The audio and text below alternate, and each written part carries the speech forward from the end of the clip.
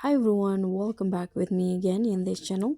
On today's tutorial, I'm going to show you how you can check your account standing and violations. So if you want to know if your TikTok account is in good standing or worry about possible violations, so this video I'm going to show you how you can check your TikTok account status, warnings and violations in a few simple steps. So what you need to do to check your TikTok report is just go open the TikTok application, and now you can just tap on your profile icon at the bottom right corner, and in here you can just access the settings and privacy. Tap on the three lines icon at the top right corner, and here click on settings and privacy.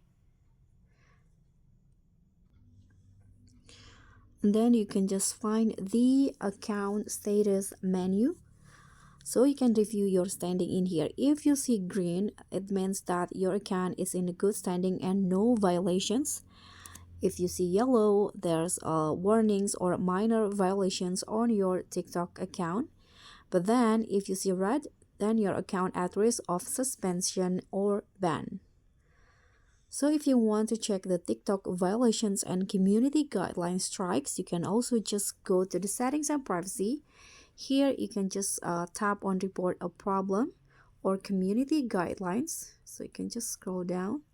This one, report a problem, and then look for the account violations options. And in here you can just see your past and current violations, including video removals, shadow bans, and content warnings. So what to do if you have violations? First, you can appeal if it's a mistake. You can just go to the violation notice and tap on appeal. You can also review the TikTok's guidelines to avoid further issues. And don't forget to post safely and stay active. So engagement helps improve your status. So you need to still post something on TikTok, but you need to make sure that you post safely. So if you think your TikToks has violation, you can go to that report now. Has your TikTok account ever faced violations? You can let me know in the comments. And that's pretty much all. I hope you find this video helpful. If you think so, don't forget to click on the like button, leave a comment, subscribe, and also click on the thanks button below.